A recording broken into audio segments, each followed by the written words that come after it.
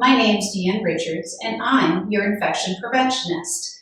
Today's tool talk is common mistakes in washing your hands. Now, why would we want to talk about hand washing? Well, the reality is even in healthcare, we do not wash our hands when we should and how we should 100% of the time. So I want to have you learn common mistakes for hand washing. So our very first one is actually putting soap on before you apply the water. Now, why is that a mistake? If I put the soap on before I get my hands wet, I'm actually rinsing the soap down the drain. And that's not what we want. And the second one is not scrubbing long enough. We actually want to scrub for 20 seconds. Now, why do we want to scrub? Well, the friction of us moving our hands together actually has the germs detach from our skin. And the suds actually suspend the germs. So if we don't have enough suds, we haven't been scrubbing long enough. The next one is forgetting areas of our hands. Now, if you're right-handed like I am, it's your left thumb. If you're left-handed, it's your right thumb. The reason being is your dominant hand does all the work and your non-dominant thumb hangs out there. So make sure you get your thumbs, both of them. Other ones are making sure you get the back of your hands, and even your wrists are important to make sure that you actually scrub.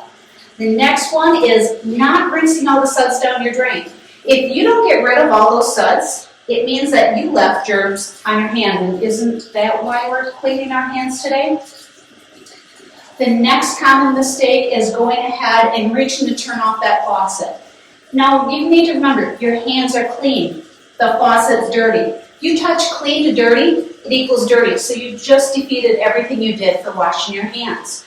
So I'm going to move on to our next mistake, is not drying your hands completely. Now, I'm in a public bathroom, so I can take a paper towel, start drying my hands. If you can't dry your hands completely, with one towel, you need two. So I actually have to take another paper towel. Now, the reason I'm not leaving that one piece of paper towel there is I want to talk about another common mistake, is that when you go to throw away your paper towels, you touch your trash container. So for this trash container, I have to get past the push mechanism and I have to be able to drop it really quick.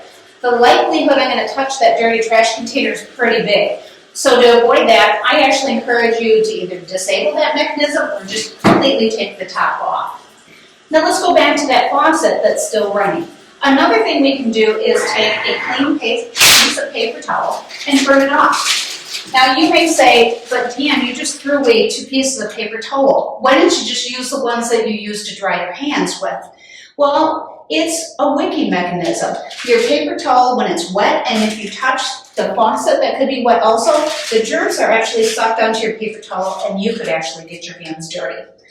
The next one I have is turning to the door handle and opening it to just leave. Remember that dirty touches clean and equals dirty? So what I like to do is take that clean paper towel, fold it on itself, and use that to actually open up that door and get out of the bathroom. And my final mistake is not cleaning your hands with soap and water when you should.